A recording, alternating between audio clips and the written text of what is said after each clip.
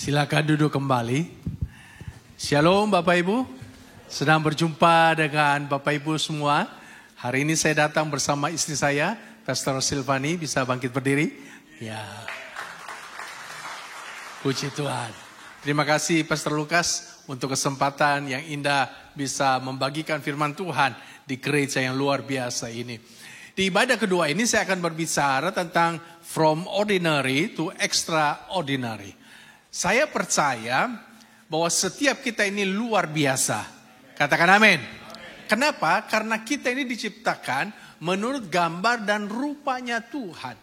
Dan tahukah Bapak Ibu bahwa sebenarnya dalam diri setiap kita Tuhan menaruh potensi-potensi yang hebat, yang luar biasa, yang banyak di antara kita kadang-kala kurang menyadarinya sehingga tidak mengembangkannya. Dan hari ini kita akan belajar dari seorang yang bernama Gideon, yang tidak menyadari bahwa dia orang yang hebat yang telah Tuhan pilih. Tapi kemudian Tuhan pakai dengan luar biasa. Coba kita membaca kisahnya di dalam Hakim-Hakim pasal 6 ayat 1 sampai 6. Hakim-Hakim pasal 6 ayat 1 sampai 6. Kita akan membaca seluruh ayat ini dengan suara yang keras. Hakim-Hakim pasal 6 ayat 1 sampai 6. 2, 3. Tetapi orang Israel melakukan apa yang jahat di mata Tuhan. Sebab itu Tuhan menyerahkan mereka ke dalam tangan orang Midian 7 tahun lamanya. Dan selama itu orang Midian berkuasa atas orang Israel. Karena takutnya kepada orang Midian itu, maka orang Israel membuat tempat-tempat perlindungan di pegunungan, yakni gua-gua dan kubu-kubu. Setiap kali orang Israel selesai menabur, datanglah orang Midian, orang Amalek, dan orang-orang dari sebelah timur, lalu maju mendatangi mereka. Berkemahlah orang-orang itu di daerah mereka, dan memusnahkan hasil tanah itu sampai ke dekat Gaza, dan tidak meninggalkan bahan makanan apapun di Israel, juga domba atau lembu atau keledai pun tidak. Sebab orang-orang itu datang maju dengan ternaknya dan kemahnya, dan datangnya itu berbanyak-banyak seperti belalang. Orang-orangnya dan unta-untanya tidak terhitung banyaknya. Sekaliannya datang ke negeri itu untuk memusnahkannya. Sehingga orang Israel menjadi sangat melarat oleh perbuatan orang Midian itu. Lalu berserulah orang Israel kepada Tuhan.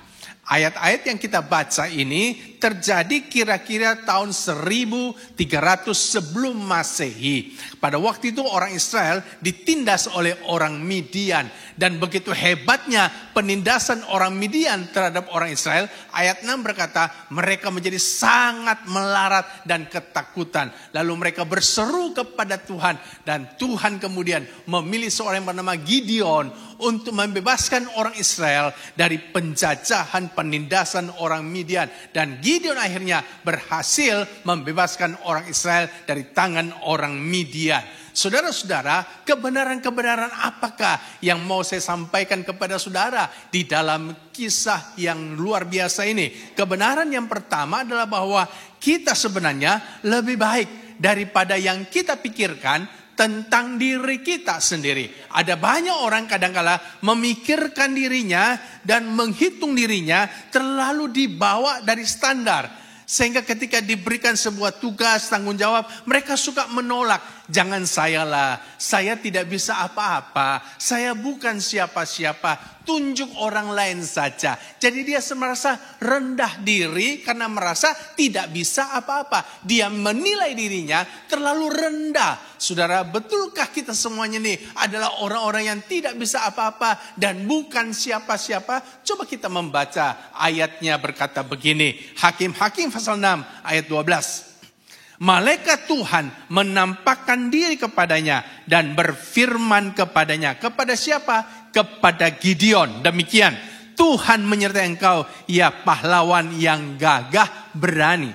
Pertama kali waktu Tuhan datang menemui Gideon melalui malaikat Tuhan, maka Tuhan berfirman begini. Tuhan memanggil Gideon sebagai pahlawan yang gagah berani. Betulkah Gideon itu seorang pahlawan yang gagah berani? Kalau kita membaca Hakim-Hakim pasal 6 ayat 11, Alkitab berkata begini. Kemudian datanglah malaikat Tuhan dan duduk di bawah pohon tarbantin di Ofra kepunyaan Yoas. Yoas ini adalah ayahnya Gideon. orang Abiezer itu. Sedang Gideon anaknya mengirim gandum dalam tempat pemerasan anggur agar tersembunyi bagi orang Midian. Ayat 11 berkata, ternyata Gideon sama seperti orang Israel yang lain pada waktu itu, berada di dalam ketakutan. Itulah sebabnya dia bersembunyi dari orang Midian. Saudara-saudaraku, kenapa Gideon bersembunyi dari orang Midian? Karena dia takut kepada orang Midian. Lah, Tuhan memanggil dia pahlawan yang gagah berani. Tapi ternyata dia seorang penakut. Dia tidak berani menghadapi orang Midian. Seorang pahlawan itu tidak pernah takut dengan lawan-lawannya. Tapi beda dengan Gideon. Justru Gideon sembunyi dari orang Midian. Dia tidak berani menghadapi orang Midian. Berarti saudaraku ada yang salah di sini. Apakah Tuhan yang salah? Pasti Tuhan tidak pernah salah. Tuhan itu selalu benar. Jadi kalau Tuhan memanggil Gideon sebagai pahlawan yang gagah berani, itu pasti benar. Tuhan menilai Gideon sebagai pahlawan yang gagah berani. Tuhan tahu persis bahwa Gideon adalah pahlawan yang gagah berani. Cuma Gideon yang tidak menyadari itu. Dia tidak sadar bahwa sebenarnya dalam dirinya ada potensi-potensi pahlawan yang telah Tuhan taruh di dalam dirinya. Itulah sebabnya dia ngumpet, dia bersembunyi, tidak berani menghadapi orang Midian. Berapa banyak kita ini seperti Gideon. Kita ini tidak menyadari ada potensi yang hebat di dalam diri kita. Itulah sebabnya kita suka menilai diri kita tidak seperti apa yang Tuhan nilai tentang kita. Kita terlalu mengecilkan diri kita. Kita mengecilkan kemampuan kita. Dan kita tidak berani menghadapi kehidupan ini. Kita tidak berani menghadapi Midian-Midian yang ada di depan kita. Kita nggak berani menghadapi tantangan-tantangan yang ada di depan kita. Kenapa? Kita menganggap diri kita bukan siapa-siapa dan tidak bisa apa-apa. Saudara, untungnya Tuhan tidak menyerah dengan Gideon. Sekali dia berkata Gideon seorang pahlawan, dan dia tetap menunjuk Gideon sebagai seorang pahlawan. Saya mau bilang kepada saudara, Tuhan tidak pernah menyerah dengan diri kita. Katakan amin. Sekali dia telah memilih kita, dia akan tetap memilih kita dan meneguhkan pilihannya kepada kita. Kasih tepuk tangan bagi Tuhan Yesus. Haleluya, haleluya. Saudara, Gideon akhirnya setelah Tuhan 6 kali memberikan pernyataan langsung kepada dia. Dan 3 kali Tuhan memberikan tanda ajaib kepada Gideon. Lalu 1 kali Tuhan memberikan peneguhan kepada Gideon lewat mimpi orang Midian yang Gideon dengar sendiri percakapan orang Midian itu. Barulah Gideon dia menyadari bahwa Tuhan memanggil dia untuk membebaskan orang Israel dari tangan Midian. Dan apa yang Gideon lakukan? Saudara, dia kemudian mengumpulkan 32.000 orang Israel. Tidak mudah untuk mengumpulkan sekaligus begitu banyak orang. Kalau orang itu tidak punya yang namanya leadership skill. Lalu dari mana datangnya leadership skill dari Gideon? Apakah tiba-tiba muncul saat itu? Saya pastikan enggak. Leadership skill itu sudah ada dalam diri Gideon. Bahkan ketika Gideon lagi bersembunyi dari orang Midian. Itu kemampuan potensi itu telah Tuhan berikan kepada Gideon. Yang Gideon tidak menyadarinya. Baru dia sadari setelah dia diberikan peneguhan oleh Tuhan. Saudara, berapa banyak kita ini seperti Gideon yang tidak sadar ada potensi hebat dalam diri kita. Tapi ketika kita menggunakan potensi itu, maka terjadilah bahwa Tuhan benar-benar memilih kita menjadi pahlawan. Jangan saudara berkata, saya tidak bisa apa-apa, saya tidak punya apa-apa. Semua kita pasti punya sesuatu yang Tuhan taruh dalam diri kita.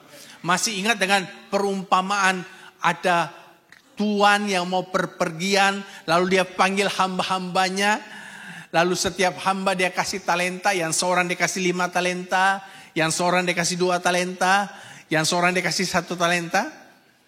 Kebenaran apa yang mau disampaikan lewat perumpamaan ini?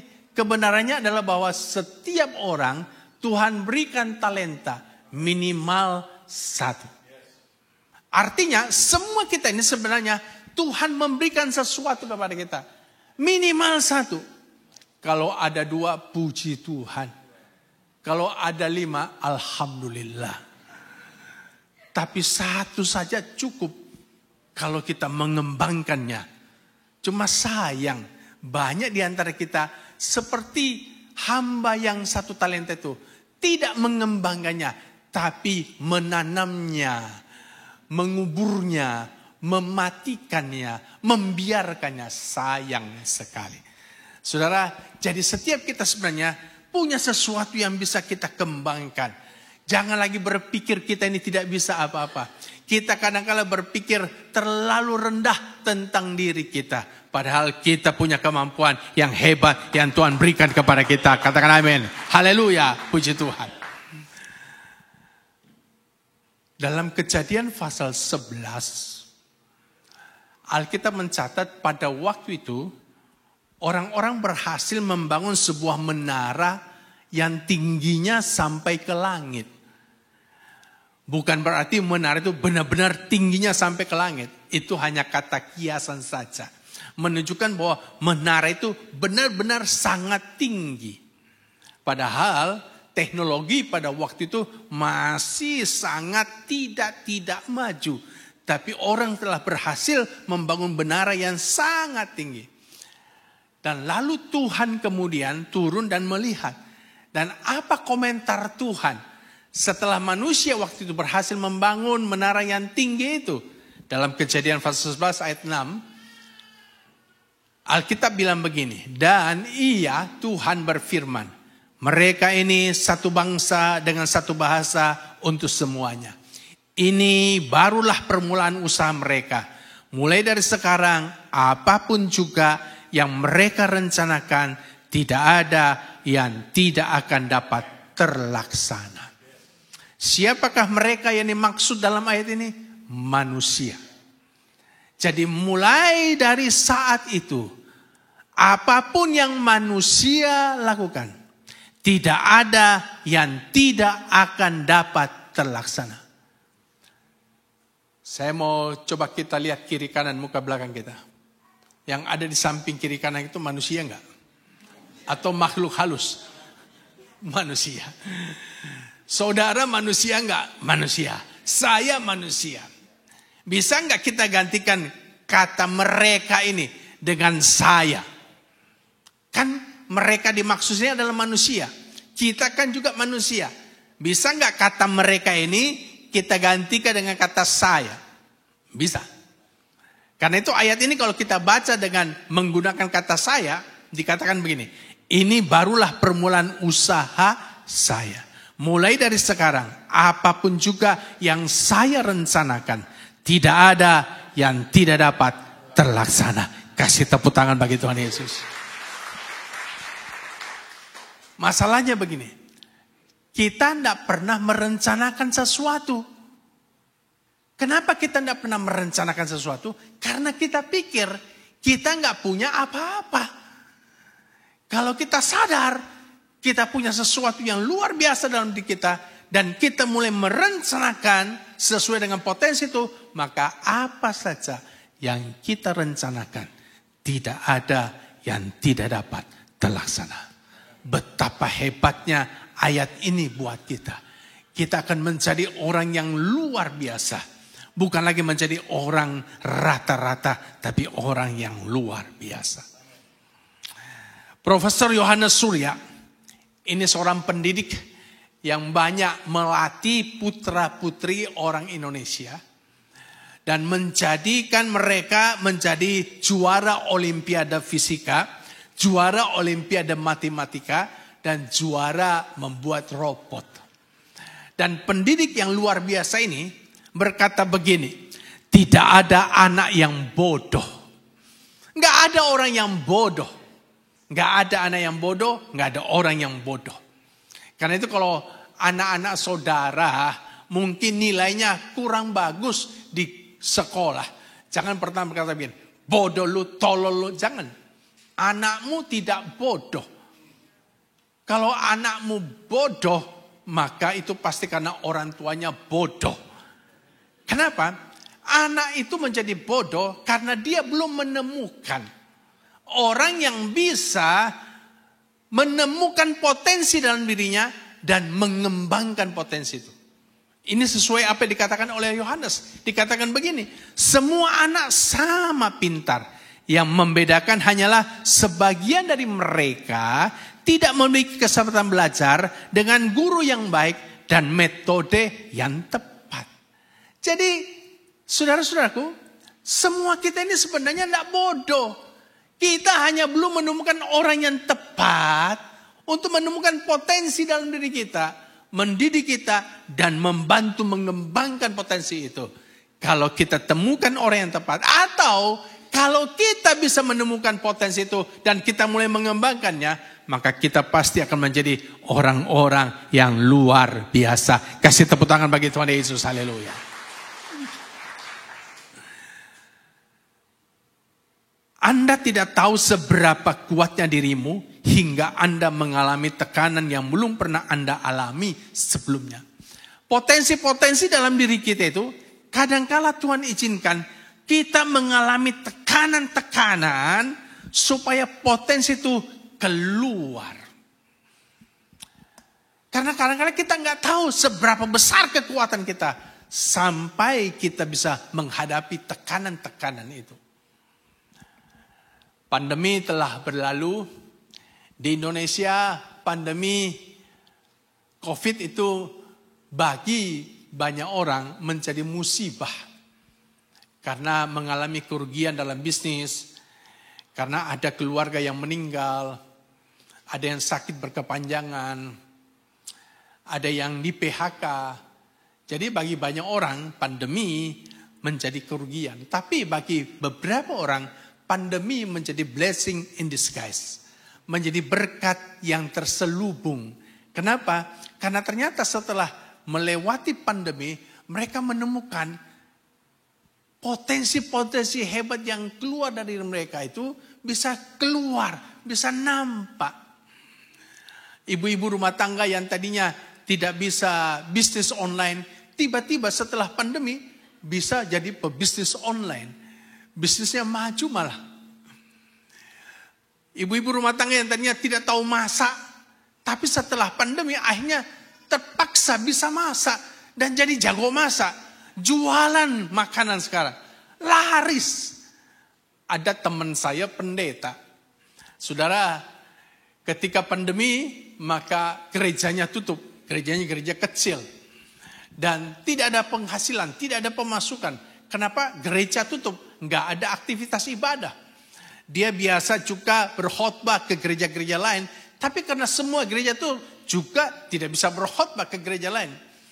Bulan pertama dia bisa menghidupi keluarganya dengan tabungan yang ada. Tapi bulan kedua tabungan mulai menipis. Bulan ketiga tabungan sudah habis. Wah, ini tekanan yang sangat berat. Padahal dia punya anak 3, saudaraku. Suami istri bergumul berdoa. Dan satu hari Tuhan kasih hikmat kepada istri pendeta ini. Buka YouTube dan cari resep kue. Mulai bikin kue. Kali pertama gagal. Kali kedua gagal. Kali ketiga berhasil kuenya. Lalu dia mulai jualan online. Saudara, laku habis terjual. Besok bikin lebih banyak lagi. Habis terjual. Lusa bikin lebih banyak lagi. Habis terjual. Akhirnya dia bisa melewati masa pandemi tanpa penghasilan dari gereja. Tapi hanya dari penghasilan jualan kue itu. Bisa selamat melewati pandemi. Bahkan sekarang ini menjadi penghasilan sampingan daripada istri pendeta itu. Bikin kue, jualan online dan laku, laris. Luar biasa, kasih tepuk tangan bagi Tuhan Yesus. Sudah lihat ternyata setelah tekanan datang, baru keluar potensi dalam dirinya. Saya percaya Tuhan kadang-kadang izinkan tekanan-tekanan itu bukan untuk menghancurkan kita, tapi untuk memaksa kita mengeluarkan potensi itu sehingga kita bisa tetap survive. Karena banyak di antara kita tidak hidup dalam versi terbaiknya Tuhan. Masih banyak di antara kita hidup dengan versi di bawah rata-rata. Padahal Tuhan punya versi terbaik waktu Dia menciptakan kita. Saya berdoa biar semua kita mulai hidup dengan versi terbaik yang Tuhan berikan kepada kita. Kasih tepuk tangan bagi Tuhan Yesus, haleluya. Jadi dari Gideon kita belajar bahwa kita ini kadangkala memikirkan terlalu rendah tentang diri kita. Padahal sebenarnya kita lebih baik daripada apa yang kita pikirkan tentang diri kita. Pelajaran yang kedua dari Gideon, bahwa kita harus tahu apa yang Tuhan berikan kepada kita. Ayat 13-14 berkata begini, jawab Gideon kepadanya, "Ah Tuanku, jika Tuhan menyertai kami, mengapa semuanya ini menimpa kami? Di manakah segala perbuatan-perbuatan yang ajaib yang diceritakan oleh nenek moyang kami kepada kami ketika mereka berkata, bukankah Tuhan telah menuntun kita keluar dari Mesir, tetapi sekarang Tuhan membuang kami dan menyerahkan kami ke dalam cengkeraman orang Midian." Saudara, Gideon dia mengeluh dan bertanya kepada malaikat Tuhan, "Tuanku, jika Tuhan menyertai kami, mengapa semuanya ini menimpa kami?" Bukankah seringkali pertanyaan-pertanyaan Gideon ini juga kita suka tanyakan kepada Tuhan. Tuhan, aku kan sudah setia mengikut Tuhan.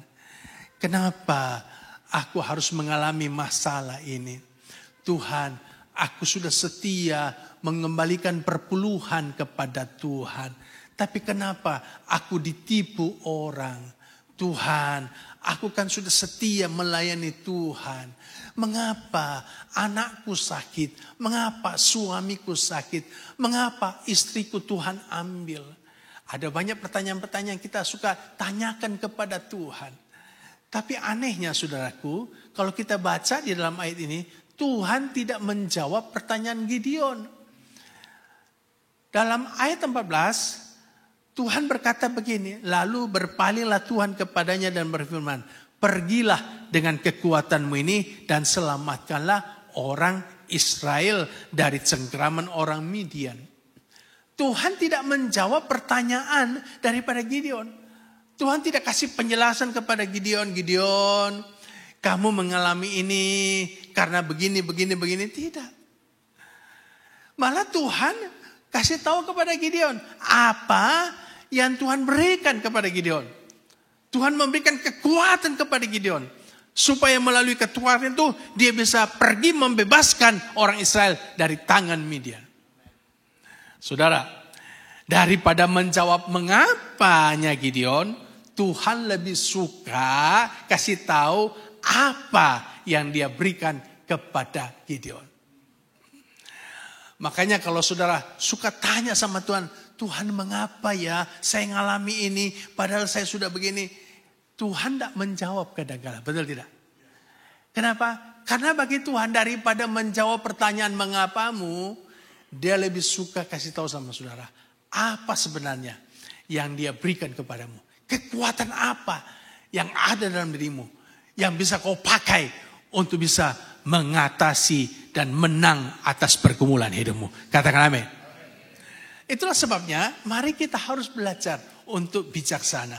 Daripada mencari jawaban mengapa, lebih baik kita mencari tahu apa yang Tuhan kasih kepada kita. Karena kalau kita tanya mengapa, tidak akan menyelesaikan masalah. Pertanyaan mengapa itu hanya akan melahirkan pertanyaan mengapa berikutnya. Dan kalau toh kita ini bisa menemukan jawaban mengapa, tapi kalau kita tidak follow up juga percuma. Jadi mencari jawaban pertanyaan mengapa hanya menyia-nyiakan waktu kita. Daripada kita cari tahu jawaban dari mengapa, maka lebih baik kita cari tahu apa Di balik semua peristiwa ini, apa berkat yang Tuhan sediakan? Apa kekuatan yang Tuhan sediakan? Di balik musibah ini, apa hikmat yang Tuhan mau saya dapatkan? Di balik masalah ini, ada berkat terselubung apa yang Tuhan mau berikan kepada kita? Ada seorang namanya Bernie Ecclestone. Dia raja bisnis asal Inggris. Dia mantan CEO Formula One Group yang mengadakan perlombaan Formula One di beberapa negara.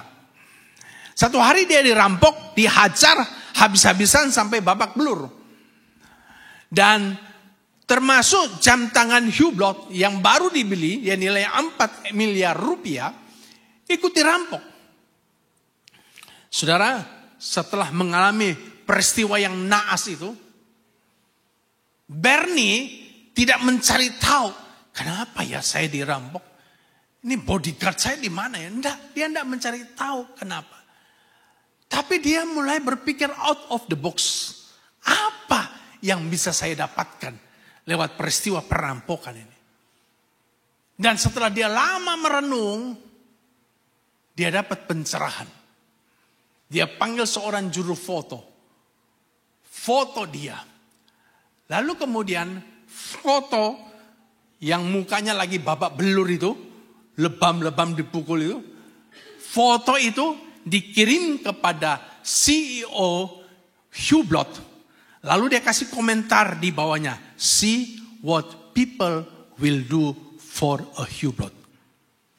CEO Hublot waktu terima foto itu dan dia baca komentar di bawahnya, tiba-tiba dapat pencerahan juga. Segera dia hubungi Bernie. Dia minta supaya foto itu dibeli oleh CEO Hublot. Untuk apa? Rupa-rupanya mau dijadikan iklan.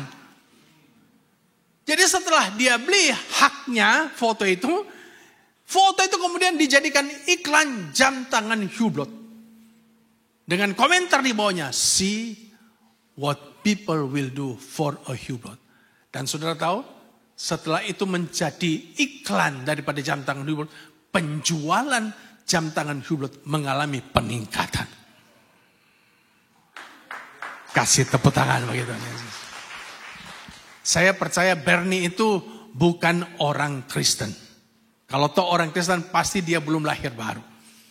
Dan juga dia pasti bukan anggota BMC. Tapi dari Bernie ini, kita belajar satu hal yang sangat penting. Daripada kita mencari jawaban mengapa.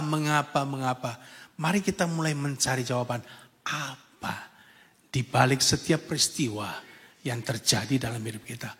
Pasti ada manfaatnya. Pasti ada hikmatnya. Pasti ada berkatnya. Kasih tepuk tangan bagi Tuhan Yesus. Benarlah apa kata firman Tuhan. Bahwa Tuhan turut bekerja dalam segala perkara.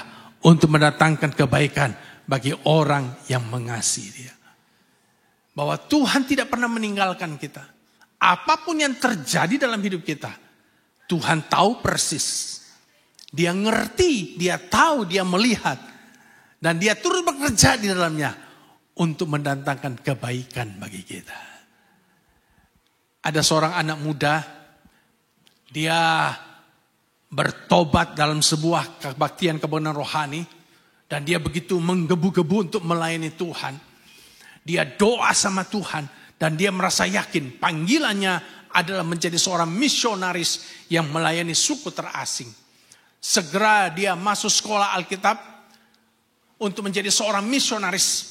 Lulus sekolah Alkitab itu, dia lalu mendaftar di sebuah yayasan misi supaya bisa ditempatkan di daerah pedalaman. Dan setelah wawancara, akhirnya dia diterima. Akan dijadikan tenaga misi yang melayani di sebuah daerah terpencil di Afrika. Saudara, dan ini pemuda senang sekali. Karena memang itu visi yang Tuhan berikan kepada dia. Pulang dari kantor yayasan waktu dia wawancarai, karena begitu senangnya dia, gak hati-hati. Dia tabrakan. Dari tabrakan itu giginya rompal semuanya. Wah, ini pemuda menangis, Tuhan. Mengapa Tuhan izinkan ini terjadi? Saya kan sudah menyerahkan diri untuk melayani Tuhan. Menjadi seorang misionaris, saya sudah diterima. Tapi kenapa Tuhan biarkan saya ditabrak? Gigi saya rompal semuanya, ompong semuanya. Kan bagi pendeta gigi penting.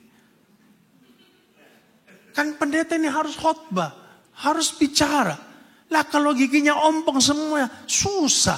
Nanti kadang-kadang gitu saudara-saudaraku. Wah, ini pemuda nangis. Nggak ngerti apa maksud Tuhan. Lalu kemudian teman-temannya menyarankan, udahlah kamu pakai gigi palsu aja lah. Kemudian pemuda ini setelah selesai dirawat di rumah sakit, dia ikuti saran temannya, dia pakai gigi palsu. Walaupun masih muda sudah pakai gigi palsu. Karena itu dia diam-diam, gak mau ngomong sama orang.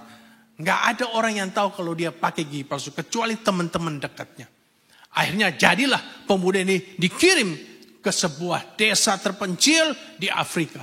Waktu pemuda itu tiba di desa itu, ternyata itu desa itu masih sangat kolot sekali. Dan itu desa penduduknya masih makan manusia.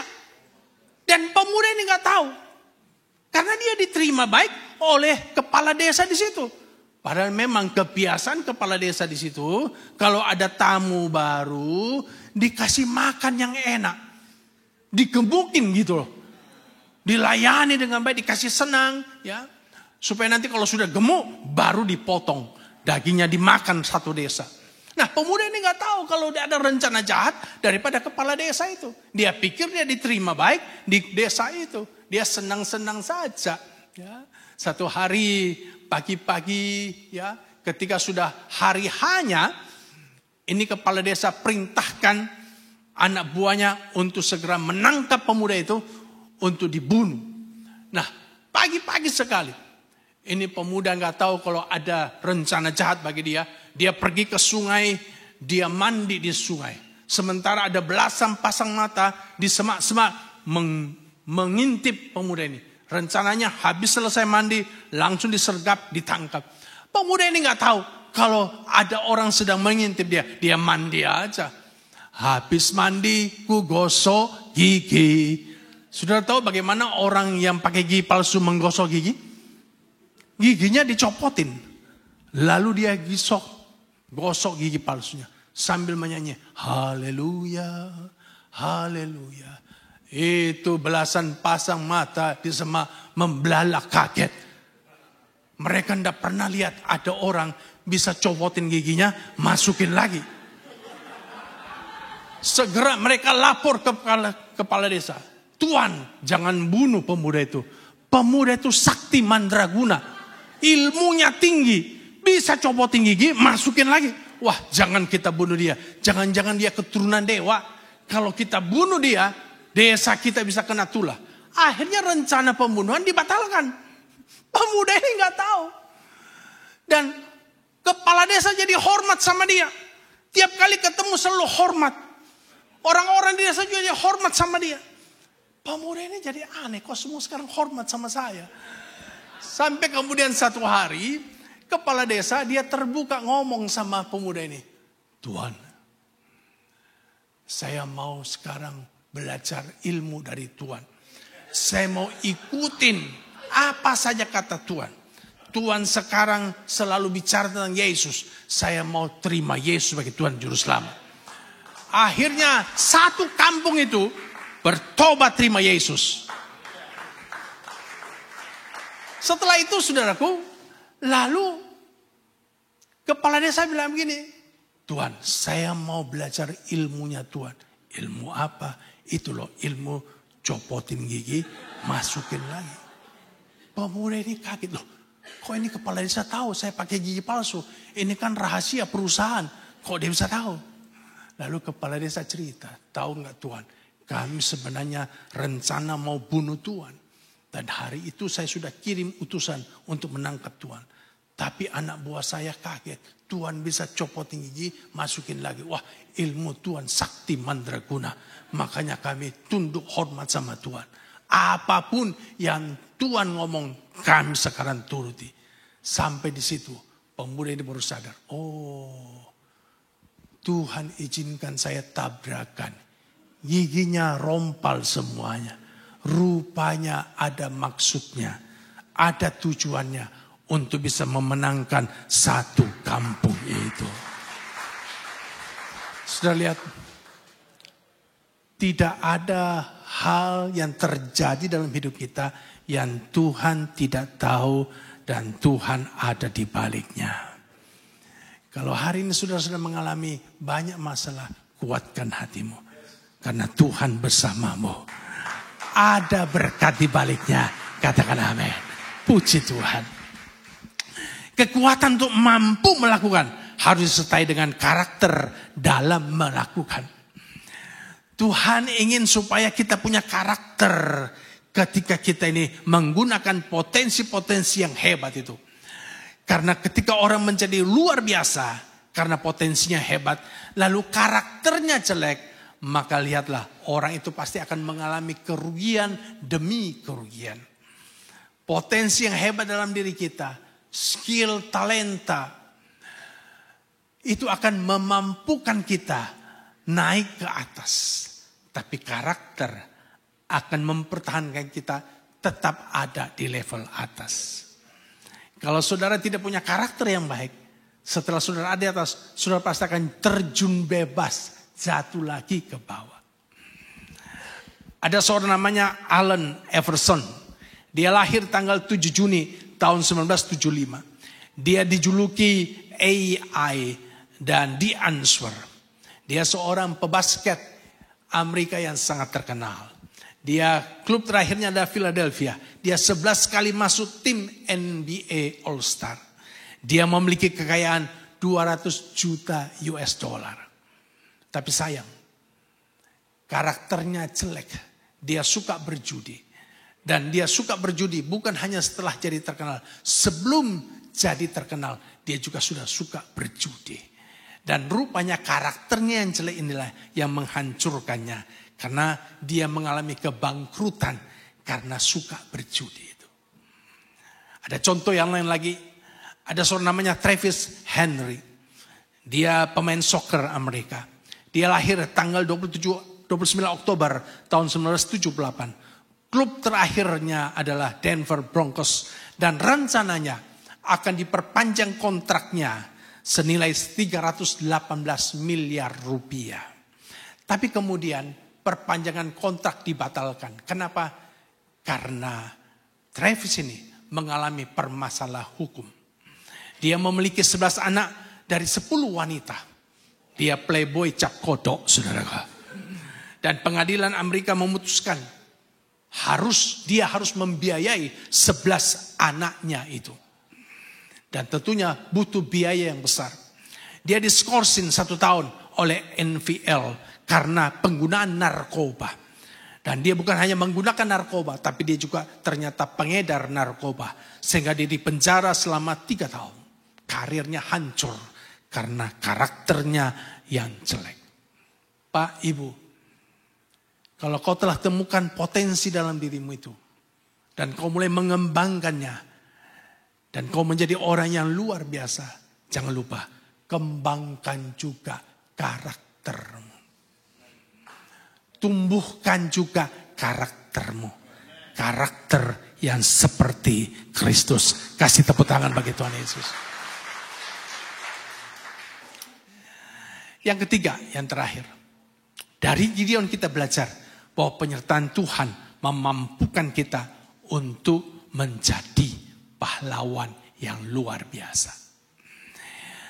Hakim-Hakim 6 ayat 15-16 berkata begini. Tetapi jawabnya kepadanya, Tuhanku, dengan apakah akan kuselamatkan orang Israel? Ketahuilah, kaumku adalah yang paling kecil di antara suku Manase. Dan aku pun seorang yang paling muda di antara kaum keluargaku. 16, berfirmanlah Tuhan kepadanya, tetapi akulah yang menyertai engkau.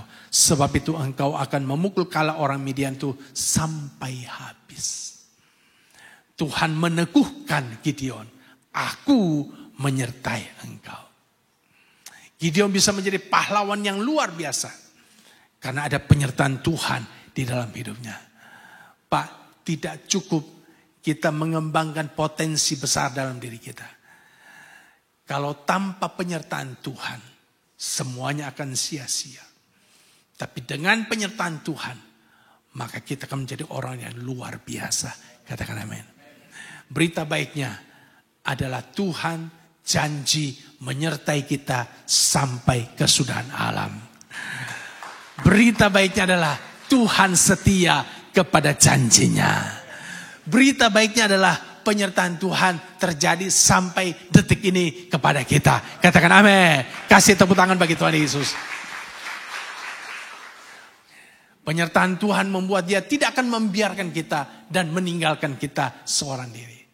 Harusnya kalau kita percaya pada penyertaan Tuhan, kita tidak perlu khawatir lagi dalam hidup kita. Ada banyak kita suka khawatir, suka cemas. Kenapa? Kita kurang percaya sama penyertaan Tuhan. Bahkan beberapa kita kadang-kadang khawatir kepada sesuatu yang belum tentu terjadi. Belum akan terjadi. Masih jauh di depan. Kita sudah khawatir hari ini. Betapa bodohnya kita. Kekhawatiran itu menghancurkan kita. Memeras energi kita. Kekhawatiran itu membuat kita tidak bisa bergerak dengan baik. Saudara, untuk bisa mengalahkan kekhawatiran, kita harus menambahkan iman kita. Kita harus percaya Tuhan menyertai kita.